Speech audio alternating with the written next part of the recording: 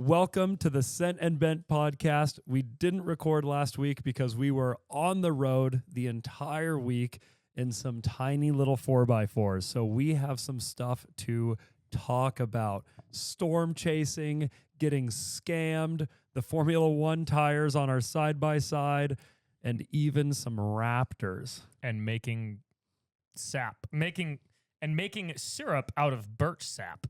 Yeah, that's something that I didn't know even existed. I just walked in one day, and you even told me I saw this 3D printed part, and I was like, what is this? Yeah, and I was like, it's a tap for getting sap out of birch trees. Well, what surprised me about that is we got so many comments of other people who were like, oh, I do birch syrup and like this and this. I'd never heard of it. I'd never heard of it before. I think the craziest thing to me is that we live in a place with a ton of birch trees, and I've lived here for most of 30 years. You've lived here for over 30 years. Steven's lived here for, we've all lived here for basically 30 years. And none of us have ever met or heard of anyone who makes birch syrup. And then the second we put it on the internet, apparently everyone knows about making birch syrup. Well, I mean, on the internet, that's a little bit less surprising because we have a sample size of a couple million people from all over the world. Yeah.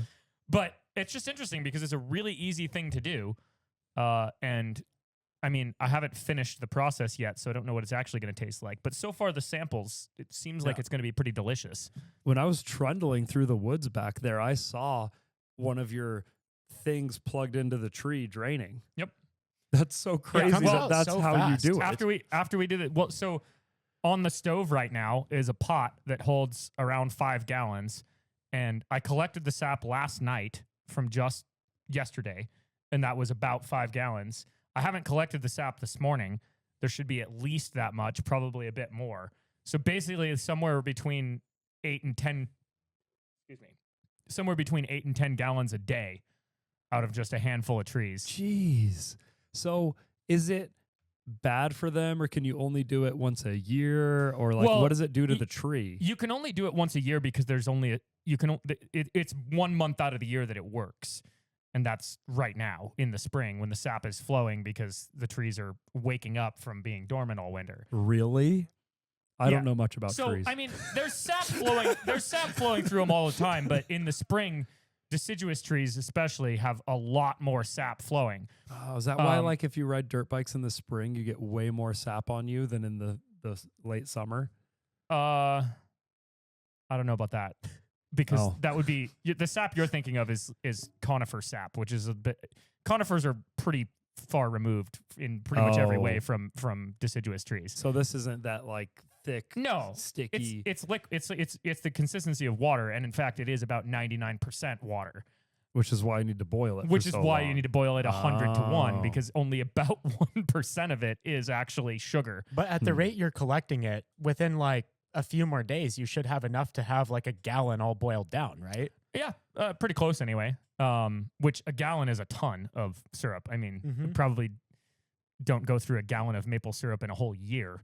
So, well, Chris might, but well, okay, but and also the flavor of the birch syrup is supposedly, and so far from my taste testing along the way, is a lot stronger of a flavor than maple syrup. So you'd use it more sparingly. Personally, I think it's going to be really tasty in old fashions. Oh, yeah. Or maybe even in coffee. Because we've done maple syrup. Coffee too, totally. But it's a very complex flavor. It's kind of like the last time I did a taste test, it's probably been boiled down like somewhere around like, I don't know, 40 to 1, 50 to 1. So it's like halfway there. So it's still about the consistency of water. I mean, it's barely thicker than water. So are you stunting the tree's ability to like grow or protect itself? Or not enough to matter. I mean, it's a tree that's 70 feet tall and a foot in diameter, and you're drilling 1 half-inch hole in it. So you drill a hole, you shove in that thing that you 3D printed. Yep. Although after I 3D printed that, I realized I have an entire drawer full of things that I don't need that are already there and made. It's just a T-fitting that's brass for 5/16 like fuel line or whatever. So I'm just using those. I'm just using, because I have, when we did our dumpster diving last year, I got a whole bin of those. So there's like 200 of them in there, and they're also reusable and they won't break because the plastic ones work, but if you yoink on them a little too much, they'll just break. So anyway, yeah, the 3D printed one was a cool experiment, but then by the time I got to around to actually tapping the trees, I realized I have a whole drawer full of ones that are brass, and that's better in pretty much every way. But yeah, you just drill a hole, hammer the fitting in there, the tap. I believe it's also called a spile. Don't know where that word comes from, but that's another word for it. And then, you can either, there's two basic styles. There's one, the like more simple, probably old school style is it's just like a little spout. And that's the one you saw that I 3D printed. And it's got a little hook on it. So you hang a little bucket and it just drips into the bucket. Yeah. Most of what I did, because they're fittings for hose, is I just ran hose straight into a like a milk jug or I have a couple of big like 5-gallon water jugs. I ran the hose into there, and that way it's a little bit more enclosed because you can just run those into a small little spout rather than sticks. You don't get pine needle or flies or whatever in there. So that's the way I have most of them set up. But yeah, and then it just drips constantly. It flows a little bit more during the day, and as the temperature warms up, it flows more. So when I first tapped, they were just barely flowing because it was still mostly freezing. I don't know the exact science or numbers, but like basically when the days are warm and the nights are still freezing or near freezing, that's obviously depending on what latitude you live in and what hemisphere and all that, it's going to be a different month. But that's the sap flows best for about 21 days is what I was reading. And after that, the flavor is going to start to get wonky once the tree actually starts growing leaves and stuff. I don't know why, but the flavor gets weird. So I wonder if it's just using more of the sugars from its sap or something. I don't know, or if it's drawing up different nutrients. I have no idea. But anyway, so yeah, so the method that I'm using is that you collect it every day and you boil it down like as much as you can, I guess, but somewhere between like 3 to 1, 5 to 1, whatever reduction makes sense. Basically, you need to have enough in the pot still for it to boil without burning, which yesterday I messed up and I left a pot of already significantly reduced sap on the wood stove in the house. And then I came over here and I was working on stuff and I forgot about it. Oh, no. It turned 100% to carbon. Oh. All of the moisture left, and it was just like 1/8 of an inch of just carbon in the bottom of that the pot looks skillet. like it's not going to be the same for a while. It actually is fine. Oh, really? It Was it cleaned up able to fine, just chip out of there? Could this be like a survival method? Like if you didn't have fresh water, could you just tap the trees and 100%. drink it? Yep.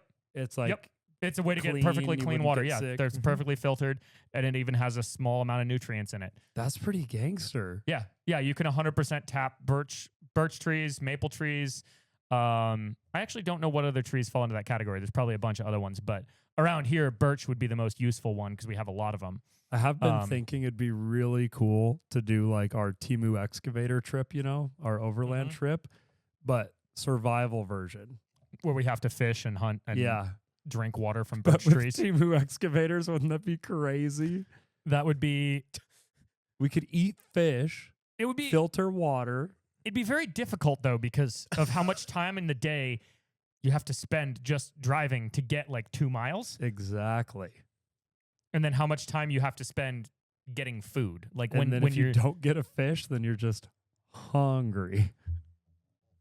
Yeah. I might sit that one out, boys. I'm not sold on that. I agree it'd be fun to do something like that, but maybe not something quite as slow as Temu excavators. Maybe like at least the speed of the honey badger. And maybe at a time of year where there's also like huckleberries to get or something. That's perfect. Do it in the summer where there's huckleberries and other things. Or you could do it in the spring when there's morels. That'd be nice. But I wish we had a time of year where there was like a variety of things to forage. It seems like there's just like one thing, and then the next season there's like one thing. I mean, kind of. There's always other things. They're just not they're not like exciting things. Yeah. There's plenty of things. Like you can eat parts of cattails. There's you can eat like it's like I think it's the root. It's the root of the cattails. Yeah, that cannot be good. You can eat like you can eat the little fresh tips of spruce trees, the fresh needles. You can eat ferns when they're the bracken ferns that we have everywhere when they first uncurl Wow. out of Those the are ground. actually good. I've made stir fries with Yeah, those, and they're those are actually all right. pretty good. Yeah. I was You can just eat that. picturing like a seared fish and could eat, maple water. Stinging nettles are Mhm. like really healthy. They're not There's delicious. a lot of but varieties, like the dandelion family. You can eat their roots, the flowers, Yep. the stems any time of year. Oh So- yeah, we were eating those when we did the straight line challenge. Yeah, we were. Why were we? Were we just? I don't remember why. We weren't even hungry. We had a backpack full of snacks. You're and like, we- you can eat these. I was like, really? And then I was just eating them like yeah, and then you crazy. and Will were like, Yeah.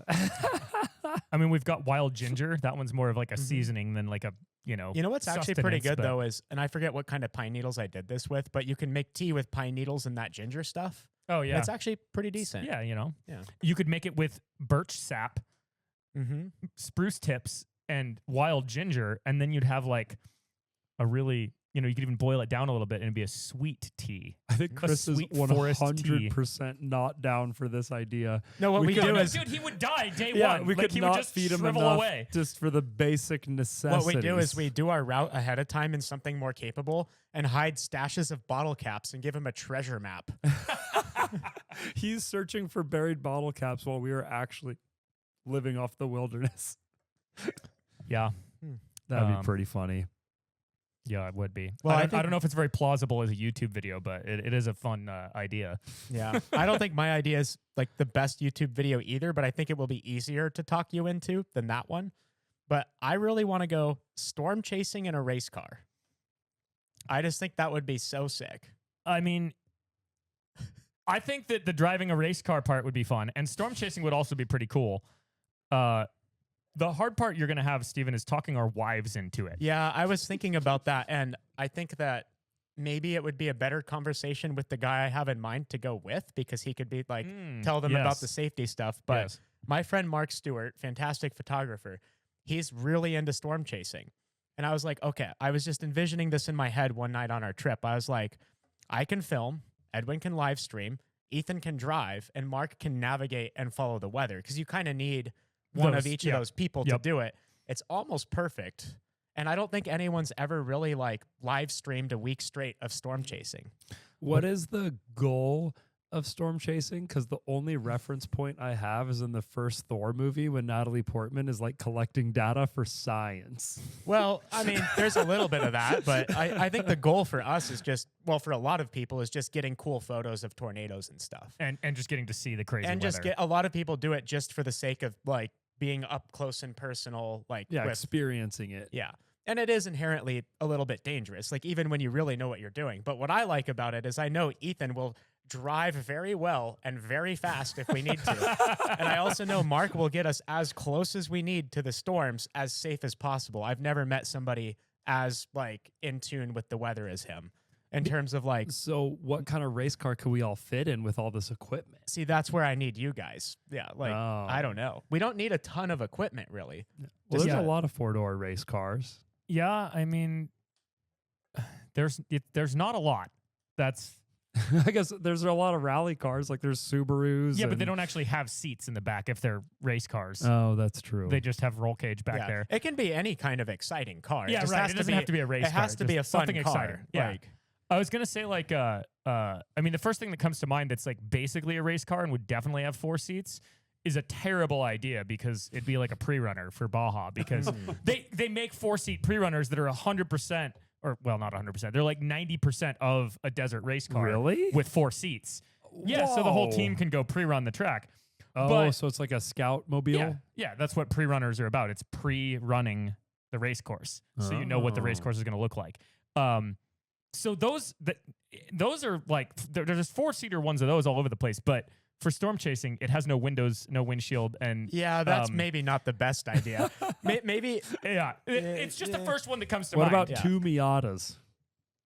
you want you something want that's a something- little heavy yeah. and actually fast. yeah. Yes, this is Yeah. the slowest, I mean, people lightest do car go do this all the time in just like a Civic, but Right.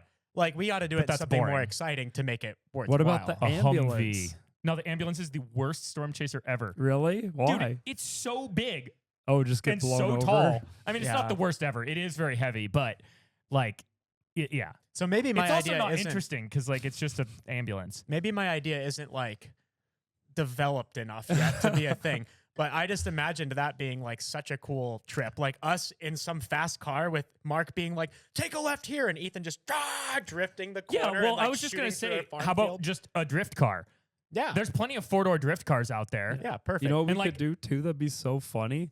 We find a YouTuber that's about to rebuild a crash damaged G-Wagon anyways, and we go storm chasing in a G-Wagon, and then the YouTuber rebuilds it on It's his a little show. too practical. A G-Wagon seems like what you would want to go storm chasing in, you know? Yeah, I It's guess that's big, why it's heavy, it's nice, it's fast. it's fast.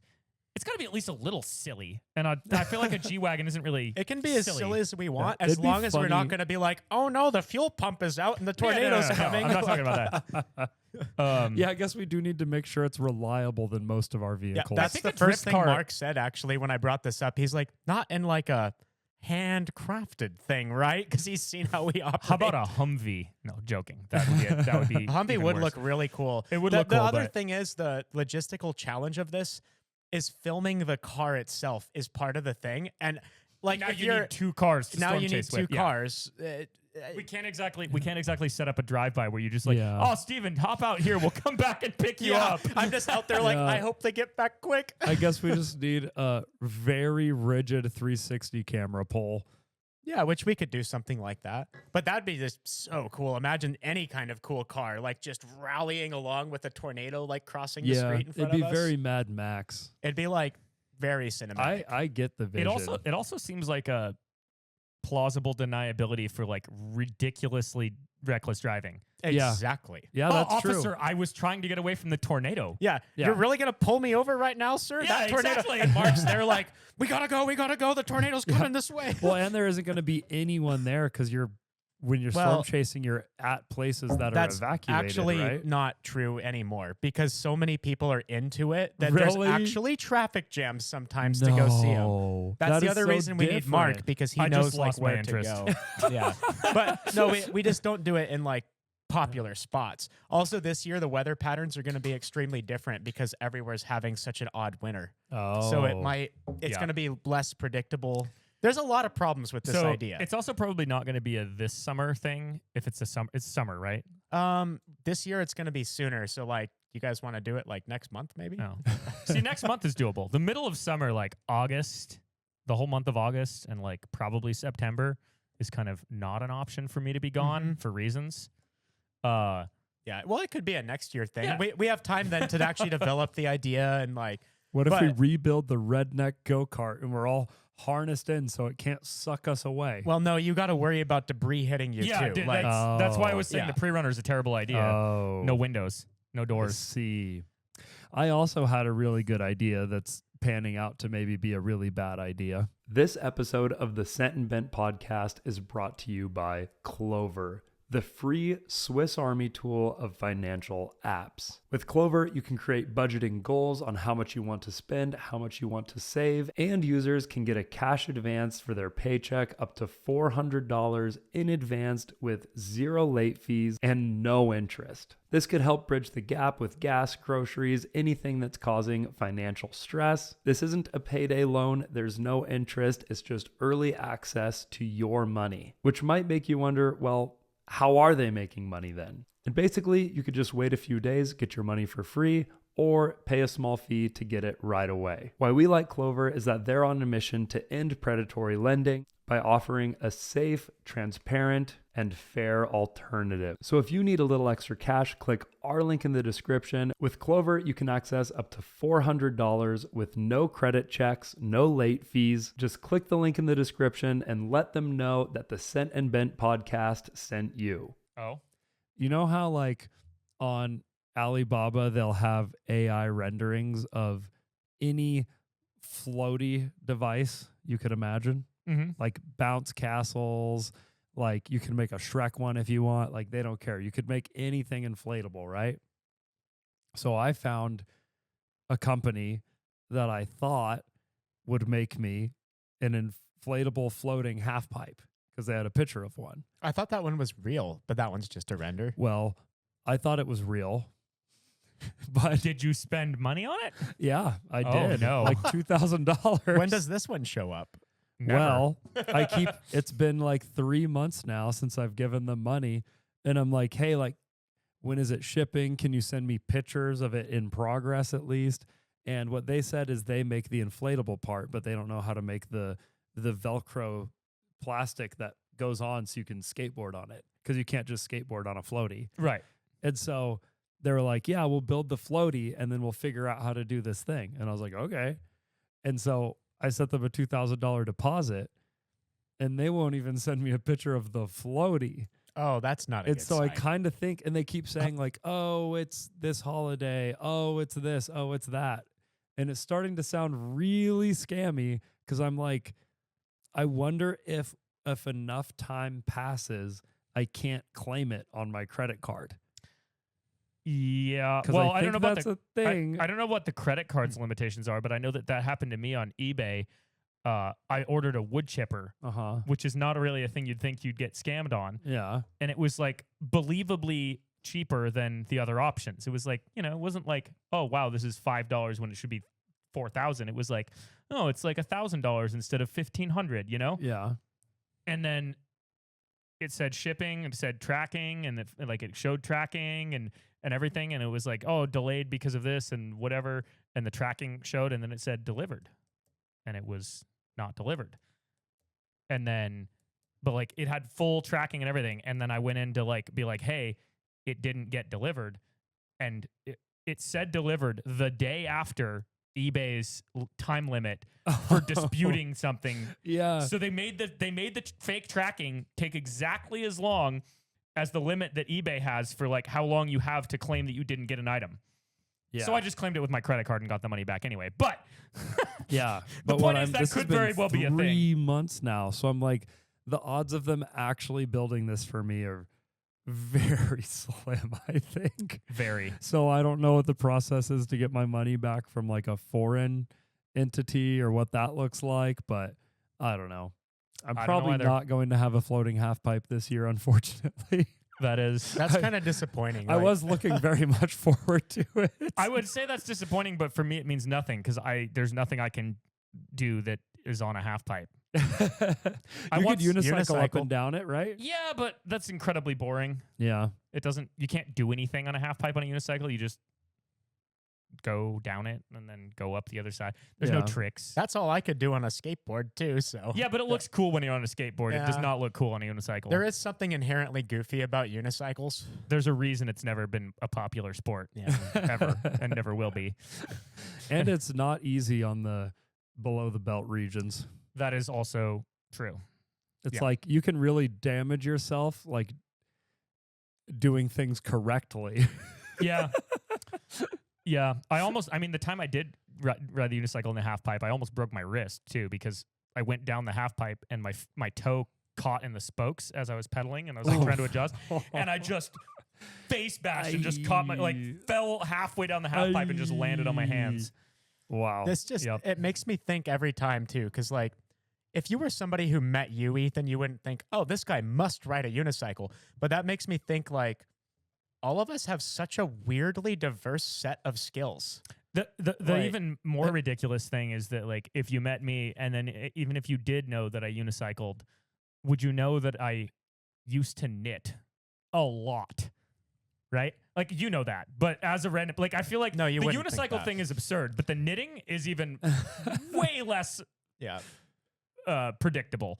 Yeah, I used to crochet doilies. We might have talked about that on the Yeah. podcast before, but I got second place in the fair, and everyone else was like an Amish girl practically. And I was there in like some skull shirt, like holding up my ribbon, like for Wow. crocheting a I doily. built some Legos for the fair, Mm. but that's my only participation in the fair.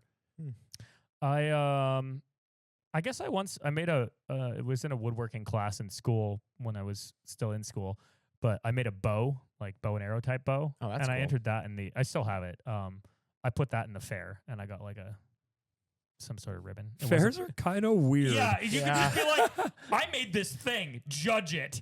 It's Yeah. like there's nobody else there that made a bow. But they still gave me a like honorable mention or something. Here is a Lego made by a 6-year-old. Look at it. Yeah. Look at it and judge it. It's crazy. Yeah. And there's like, you had the best donkey this year, young Sally. Oh, I just don't know what the Yeah, criteria is. I don't know either. But I don't know much about animals in general because the other day I was filming a video for Steven because he's a big time eagle guy. Mm-hmm. And these eagles were harassing this flock of ducks. And I was sending Steven voice messages and videos at the same time. And I'm like, dude, why are these eagles harassing the ducks? And like Steven hadn't responded yet. And I kept watching and kept sending him messages and sending him messages. And I was like, oh, dude, do birds eat other birds? I was like, I swear it just scooped up a duck. And then he just responded one line text, yes, eagles do eat other birds. And I was like, why? No idea. I wish I'd saved that voice message because I've never heard you that excited about something. Or maybe that's not the right word. You were like mind blown. I had no idea that birds ate birds. You want to know something else that'll probably blow your mind about birds? Oh, no. And also really ties in with the absurdity of random things What happening. an organic segue to this. I know what you're about to talk about. So, a little context. Oh, no. Do I want to know? Yeah, you do. It's fine. Okay. The context isn't for you. This is just context to make the story hit a little different. We're sitting in a fab shop right now where we build really fast Power Wheels and diesel Ferraris. Have birds eaten birds in here? No, Oh. that's not what I'm talking about. Dude, it's fine. You're really overthinking this. Okay. On the wood stove that we use to heat the shop, we currently have a giant pot of sap boiling down to make maple syrup. I'm just setting the scene here for what goes on in the shop. Yeah, the vibe is right. We're sitting at a table made out of a Jaguar V12, recording a podcast about all sorts of silly things. In the bathroom, there are ducks hatching. Yeah. Totally average things for a fabrication shop. But no, but seriously, the ducks are actively hatching there Edwin, right when now. I showed up, Not to mention the basket people living in the woods. No, that's not real, and it's not part of this conversation. Get your fantasy people out of this. We're talking about real things that are happening in the shop I'm right looking now. at trail cameras that can see in the dark. Edwin, I'll have when proof. No, you won't. when I showed up today, Ethan and his wife were in there, like looking at the ducks hatching, and I was a little tired this morning and like hadn't had my coffee yet. The very first thing I did today was listen to a bird inside the egg, like moving around. Whoa. Yeah, there's a duck in there that's... Dude, keep them away from the eagles. That's all I got to say. They're in a shop, in a bathroom, in an incubator. I think they're fine. Also, I've never seen a bald eagle on this property. I don't really hang out here. I don't think my voice messages delete on my phone while we're at it. I might as well see. If that's the case, I want to hear it again because Okay. it was amazing. Okay. Oh, wow. There's like a lot of text here of Yeah, different campgrounds we were trying to go to. Yeah. The point is, I was just thinking about that this morning. I was just like, man, that's a pretty absurd combination of things going on in one shop. We're doing a podcast in a fab shop where we're also making birch syrup and hatching baby ducks in the bathroom.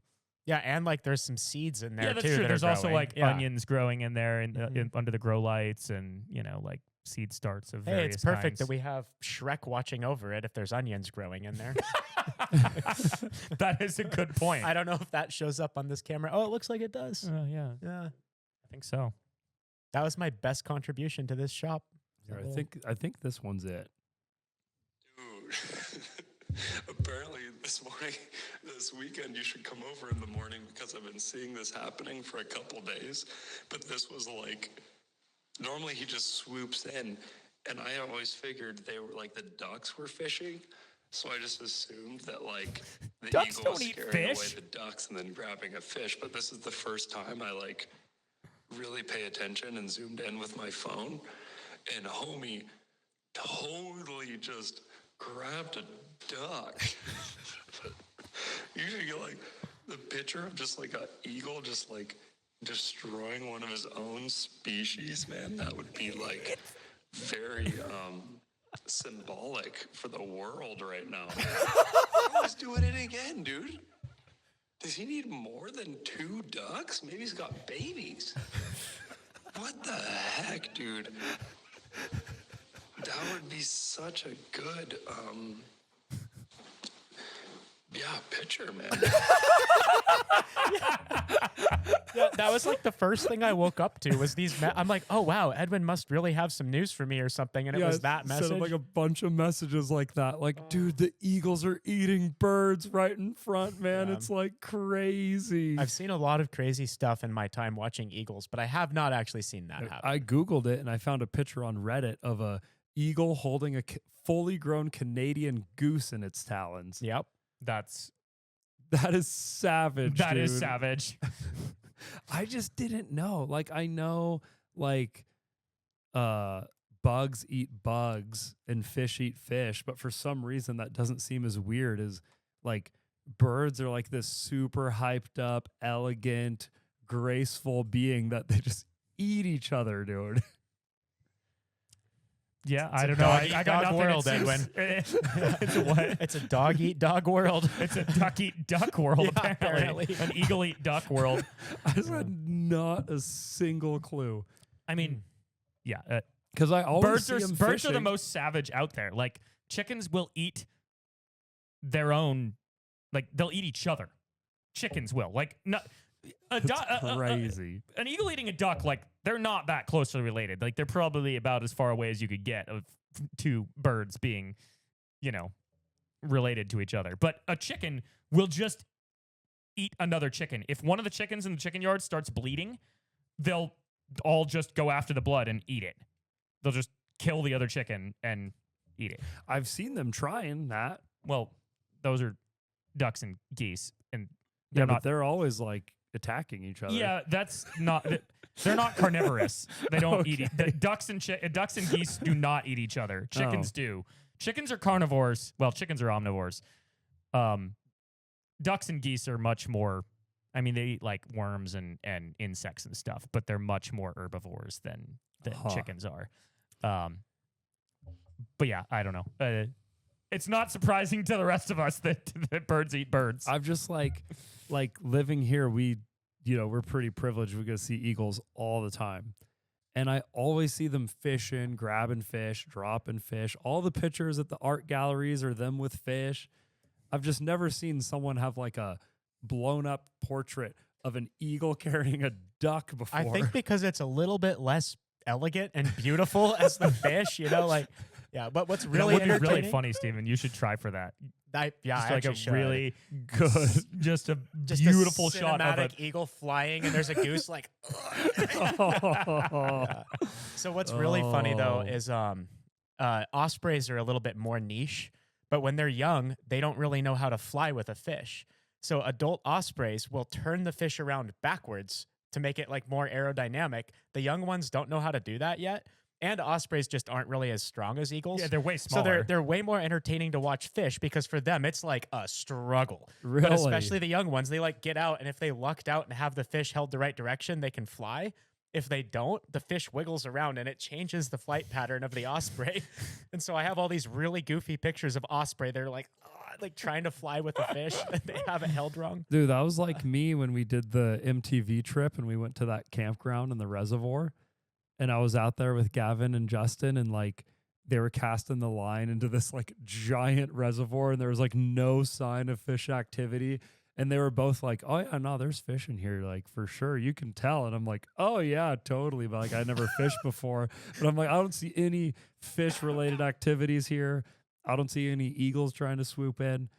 Like, what are the odds of like my first cast on camera just like catching a fish and then it like breaking away?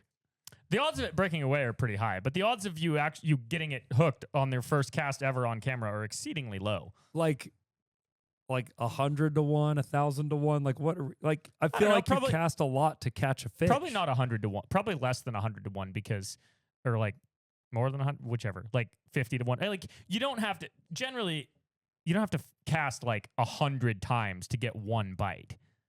Like. It's just about getting a bite It's like- that hits that's like yeah. big enough to keep like. Yeah, Because like you see maybe plenty of 10 to people 1 or walking something, but- back from the fish spots without fish. They got their empty bucket. Well, a lot of people also just don't keep them. Yeah, I guess Yeah. that's true. Also, the too. odds of your line breaking were really high. I saw that knot and I was like, well, whatever. Exactly. Yeah, that part I don't know, but like I just think that's the craziest thing that like I was even skeptical if there were little fishies in there. They had been casting the line, and like my first cast is like a fisherman just hits, dude. Have you fished since then? No. You should start fishing, man. I was thinking we should have fished on this trip, but we just didn't have any time, man. We were just driving, dude. We also weren't anywhere. We didn't really go anywhere where there was a good spot to fish. No, every time we Yeah. found like a good river spot, it was either too far out of the way or it took us too long to get Yeah. close. Yeah. It's pretty wild, pretty wild. Oh, before we left, we took the side by side out Yep. on Formula One wheels and tires, and that was pretty crazy. Yeah. It was also crazy because it snowed a lot that day, and then it was Yeah. dumping snow the day we left for the airport, Yeah, and we came back, and now it's just full blown spring. The grass is growing, the birds are singing. You yeah, know, the Yeah, ducks are it's- hatching. they really are. I guess I gotta go check that out. That sounds awesome. But Yeah. But yeah, it was really interesting because on the K truck, like we're like basically in a 6x6 in the desert. And so it was like and it was really low powered and slow. Extremely So slow. we could Yeah. never really see, like we couldn't even get the things warm to the touch, like let No. alone hot. So like this was really interesting having it on something fast and 4-wheel drive. And Yep. that could also be in 2-wheel drive. Like how did it handle and vice versa? Yeah, I mean, like you said, the K truck is like it's so slow and weird, and it's 6-wheel drive, and that thing it did about what you'd expect. I don't know. It was just like And these are wets for Yeah. the 2014 series. So for people who know Formula One, that's what we're talking about is Right. wets for the 2014 cars. right. So they have a tiny bit of traction.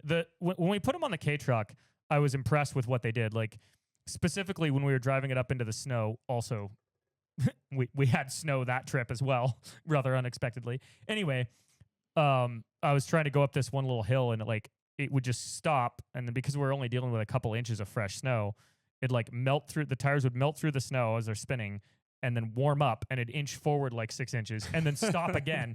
It was the weirdest experience of being stuck ever, because normally when you stop, you're not gonna keep like in snow. If you lose your momentum, you're just not making it up the hill. So there was a little bit of that that was interesting and impressive about him, but other than that, I mean, it was just the K truck, and it handled about the same as it always did because it has no power. You can't really Yeah. you're not breaking traction no matter what tires you're on, You're unless not you're cornering fast enough to feel the grip, or you're looping it. exactly. So What do you call looping that when it's a car, not a dirt bike? rolling it. Yeah. That thing did look so cool, though. It looked like that little RC car from Toy Story. Oh, yeah. really the did, super yeah. stance out. But yeah, on the side by side, it felt really good on the pavement. I haven't really driven a side by side on the pavement before, but I've driven our golf cart, and I've driven other things on traditional side by side tires, and they're invariably vague at best for handling because the tires are intentionally rounded on top and squishy. So like your contact patch is not much, and they're really tall.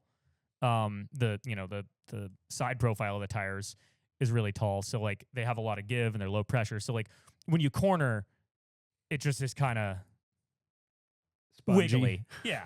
I mean, you remember when we had side by side tires on the BMW truck? Oh, yeah. It was It's like wah, it was wah, just wah, kinda- wah, all down the highway. Didn't yeah. we drive it all the way to Gambler like that? yeah, and back. Yeah. Yeah.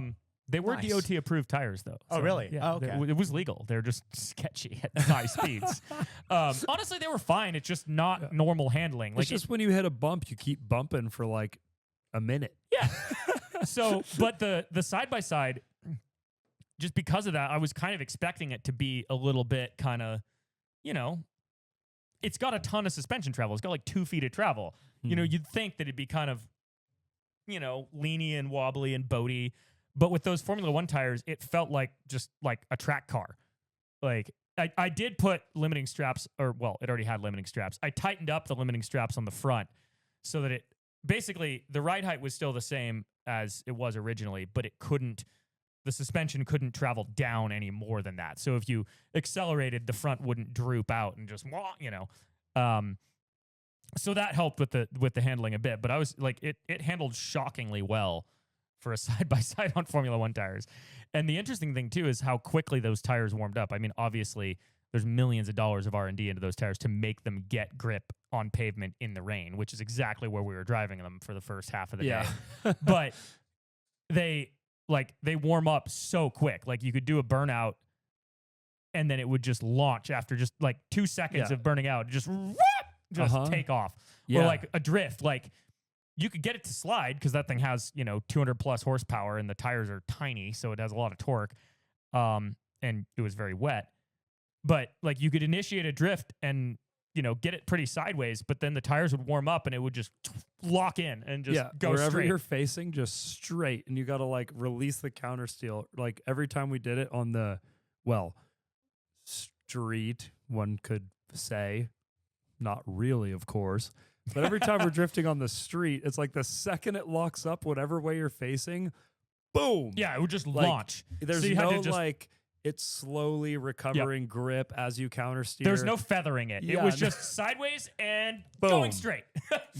And it felt so stable. Yeah. Oh, incredibly stable. I mean, it's wider than it was with the original tires. So there's that. And a good few inches lower because of tire diameter. This part didn't make it in the video because we didn't want to show drifting on the street really, but like I also didn't have goggles or anything.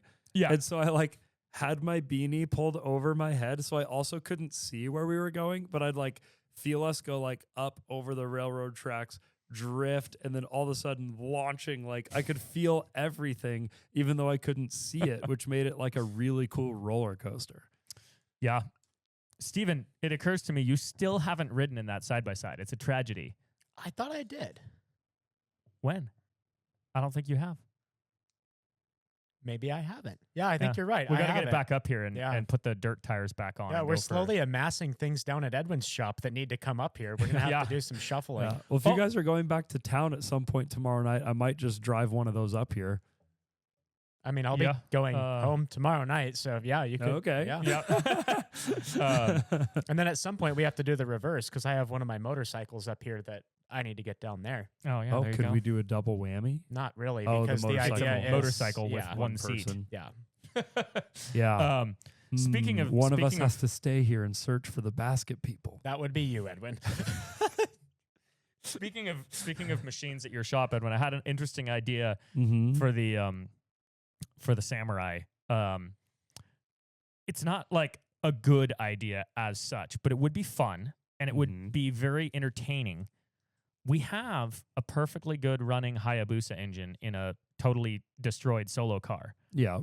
We could just real quick engine swap because that thing's the Samurai's head gasket is very bad.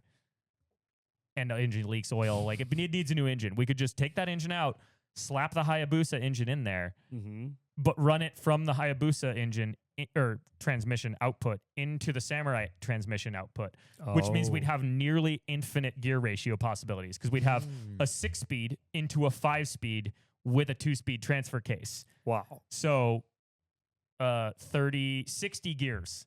It would have 60 possible gear ratios. That would be entertaining. Wow. You think that math works, right, Steven?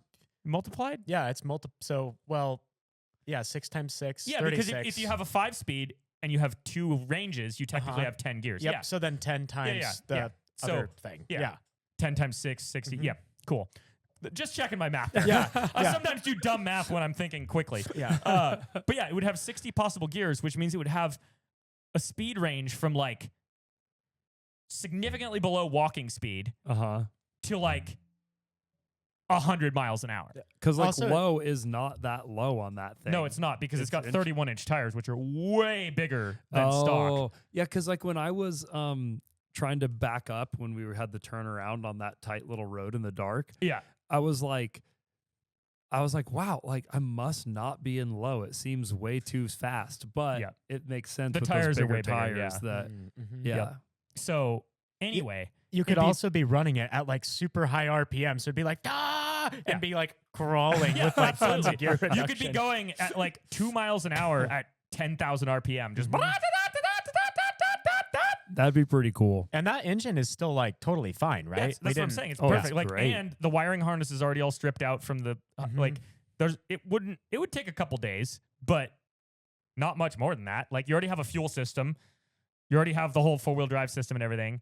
You'd have to build a couple extra like transmission mounts because the transmission relies heavily on the engine for its mounting, and they wouldn't be conjoined that rigidly anymore. They'd just be kind of adjacent.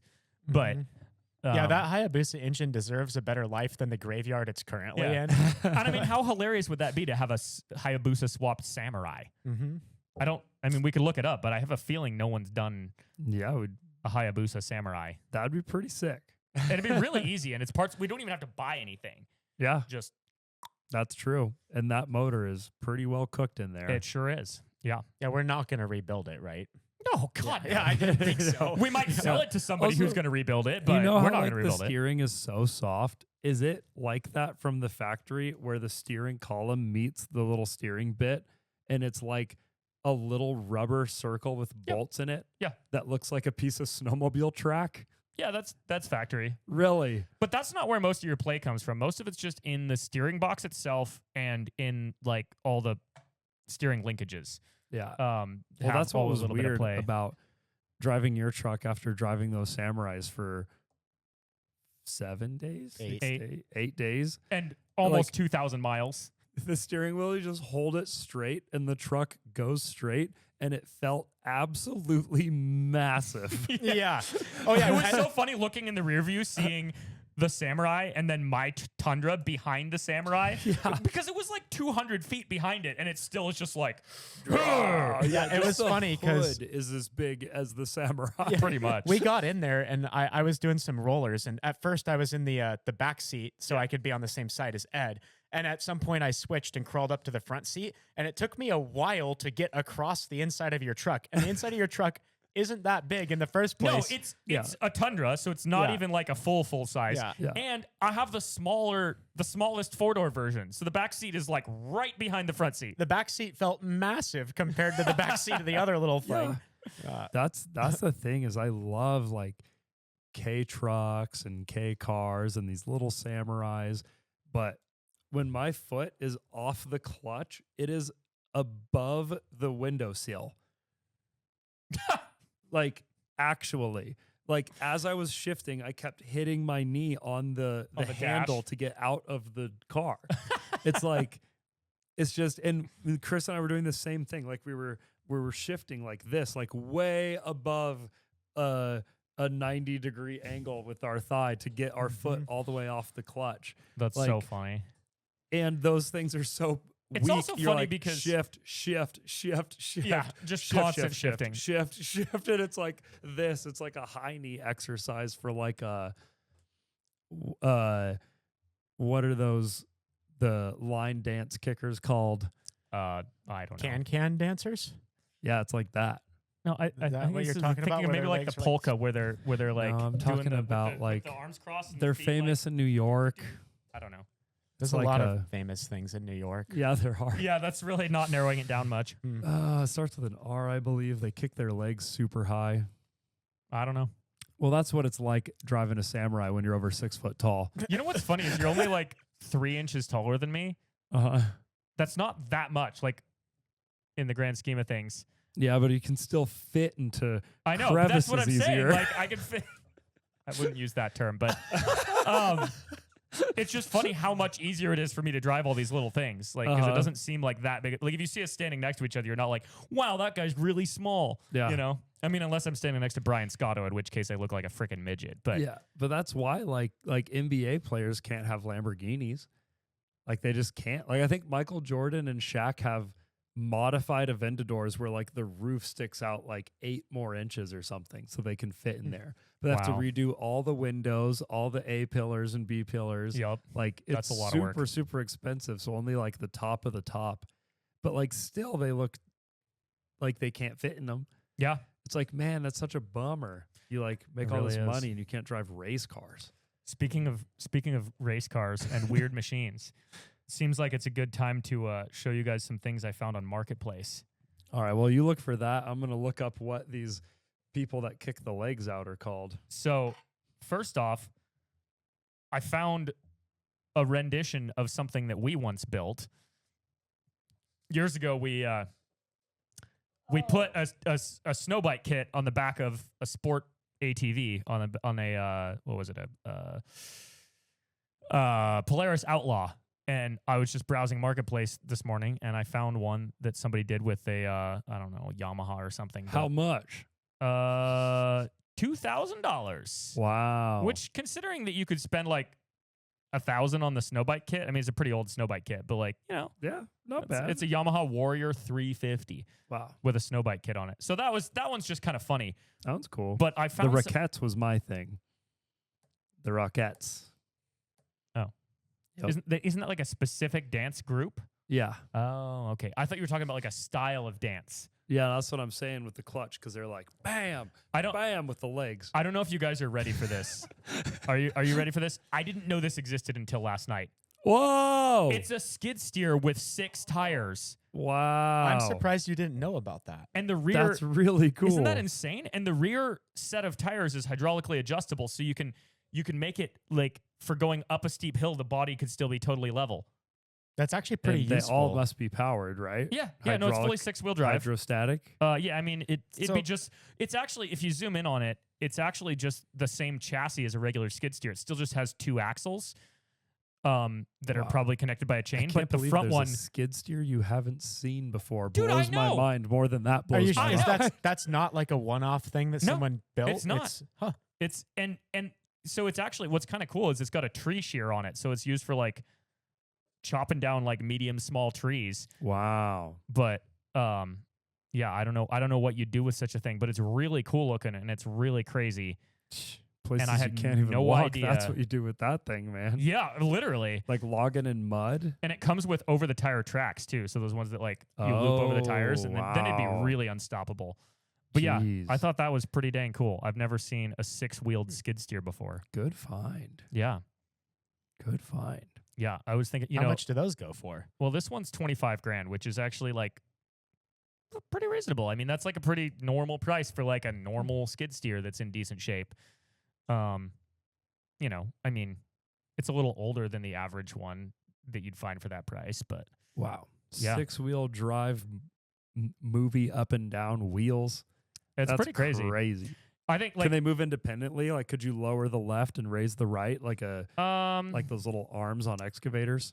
maybe you might be able to do that, but it would be kind of weird because the front set of wheels, so the way it's organized is the front 4 wheels all kind of move, well, not 4, but like, okay, so on one side in the line of 3 wheels, the front 2 wheels are on a singular pivot, so they can both like pivot back and forth to adjust to the terrain. The back singular wheel can move up and down, and it's the only one that's hydraulically powered up and down. So if you move just one back wheel, it just kind of like lean up, and it wouldn't like work well.